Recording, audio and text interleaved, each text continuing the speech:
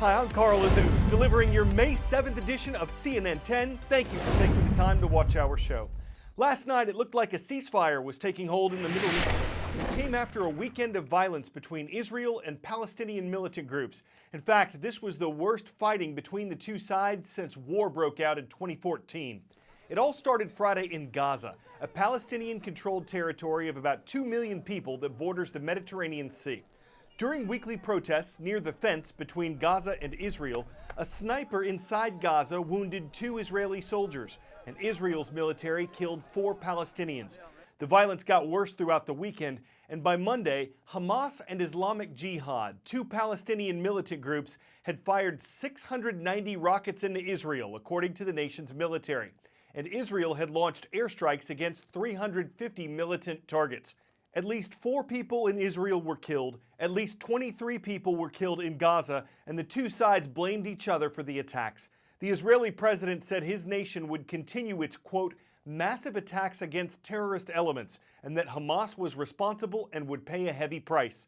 The leader of Hamas in Gaza said, quote, the more atrocious the Israeli attacks on the Palestinian civilians are, the stronger the Palestinian response will be. After intense diplomatic work by the United Nations and Egypt to get the two sides to stop fighting, it appeared that things had calmed down on Monday, though the leaders of Israel and Hamas were saying more attacks could be on the horizon. The United Nations specifically spoke out against the launches of rockets into civilian areas of Israel. When that happens, Israel has what's called an Iron Dome defense system in place. So how does this thing work? 3 key phases to think about. The first one is detection.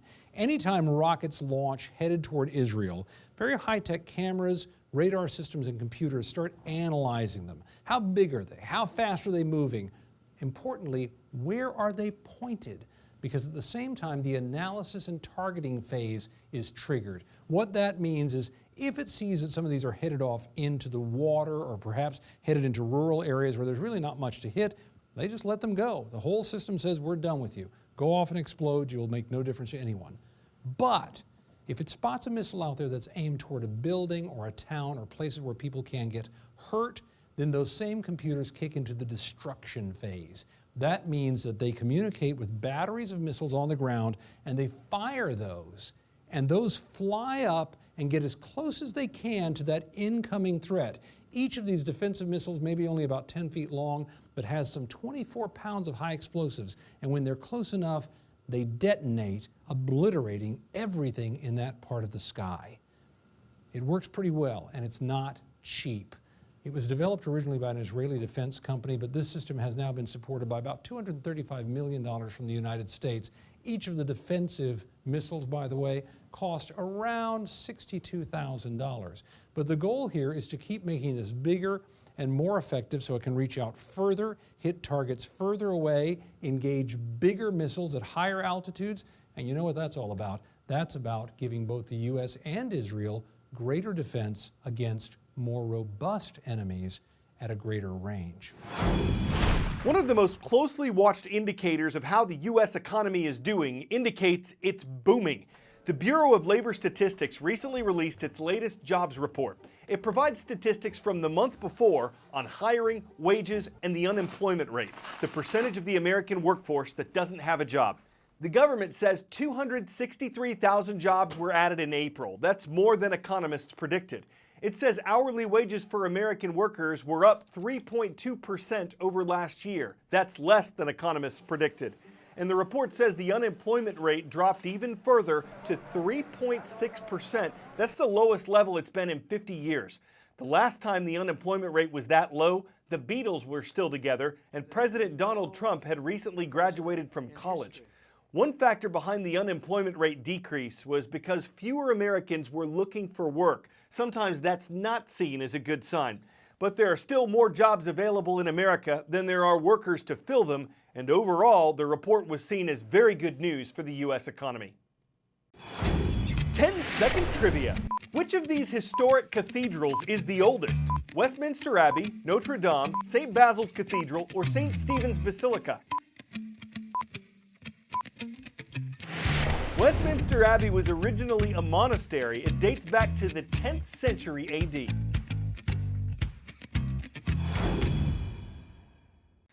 But it's the Parisian Church of Notre Dame that'll have some 21st century architecture, or at least architecture constructed in this century after a fire on April 15th badly damaged some parts of the 850-year-old cathedral. The Forest of Notre Dame, the name given to the long, interlaced planks of wood that composed the cathedral's roof, was lost. So was the spire that had been built in the 1800s. But Notre Dame's famous stained glass windows, its 18th century great organ, and its artifacts, including the crown of thorns that's believed to have been worn by Jesus Christ, were all saved. As far as the cause goes, investigators have said it was likely an accident, though they haven't confirmed exactly what kind. As France moves forward with plans to rebuild the famous cathedral, there is some controversy brewing over how exactly that should be done. French President Emmanuel Macron suggested that something contemporary could be included, but critics say the rebuild needs to be true to the cathedral's history. Pencil on paper, it's very old school. Yet perhaps it's the best way to capture the scorched majesty of Paris's 800-year-old Notre Dame Cathedral. French Prime Minister Edouard Philippe announced an international competition to redesign the roof and 300-foot spire the flames destroyed. A task the government, flush with around $1 billion in donations, hopes to finish in 5 years. Architecture students from Notre Dame, the university in the U.S. state of Indiana, that is, are here to draw and study this medieval marvel and plan to join the competition.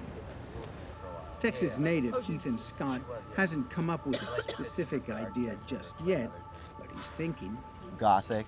It could be bigger, it could be gilded, it could be stone, it could be marble, but I think something that respects what's still there. A balance between old and new is what's needed, says classmate Jessica Most from San Diego, California. I think it's important to also stay relevant to what historically was there, as well as keeping it modern. Keeping it modern, however, has its limits. Already some designers have posted their ideas online. Some are interesting. Paris-based heritage architect Marie-Anne Tech is confident sober heads will prevail, that a masterpiece like Notre Dame, which took 100 years to be built, won't be rebuilt in a rush. It's not a train station. It's not a museum, she tells me. It's a special place, and I believe we should provide this special place all the means necessary to express itself with genius and audacity. The outlines of genius have long been there. It will just take a brilliant mind to fill in what the fire erased. Ben Weaver, CNN, Paris.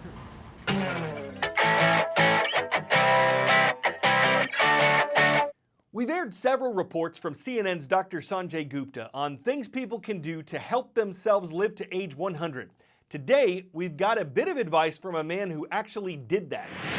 Instead of looking at these phones and this, to learn something and how to do something.